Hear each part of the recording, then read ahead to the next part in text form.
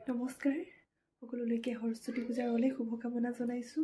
সৰস্বতী মায়ে সকলোকে কৃপা কৰক, সকলোৰে ভাল হওক। ঘৰতে সেৱাভাগ কৰিলোঁ আৰু এতিয়া কলেজলৈ যাবলৈ ওলাওঁ। বলক ওলাই লওঁ তেতিয়াহ'লে। আৰু আজি মই পিন্ধি যাবলৈ ওলাইছোঁ এযোৰ পিংক কালাৰ কাপোৰ। এয়া হৈছে মোৰ ফাইনেল লুক। কেনেকুৱা লাগিছে জনাব দেই। আকৌ আহি পালোঁ আমাৰ ডাইট।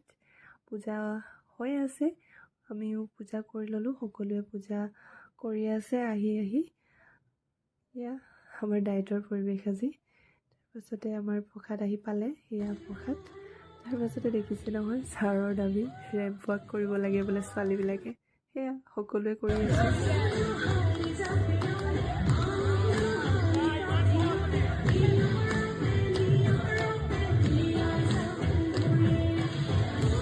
ৰেম্প ৱাক কৰি হোৱাৰ পাছত আমি আহিলোঁ লুচি পুৰি খাবলৈ। সকলোৱে একেলগে বহি লুচি পুৰি খালোঁ আৰু লুচি পুৰি খায়ে আমি ঘৰমুৱা হ'লোঁ।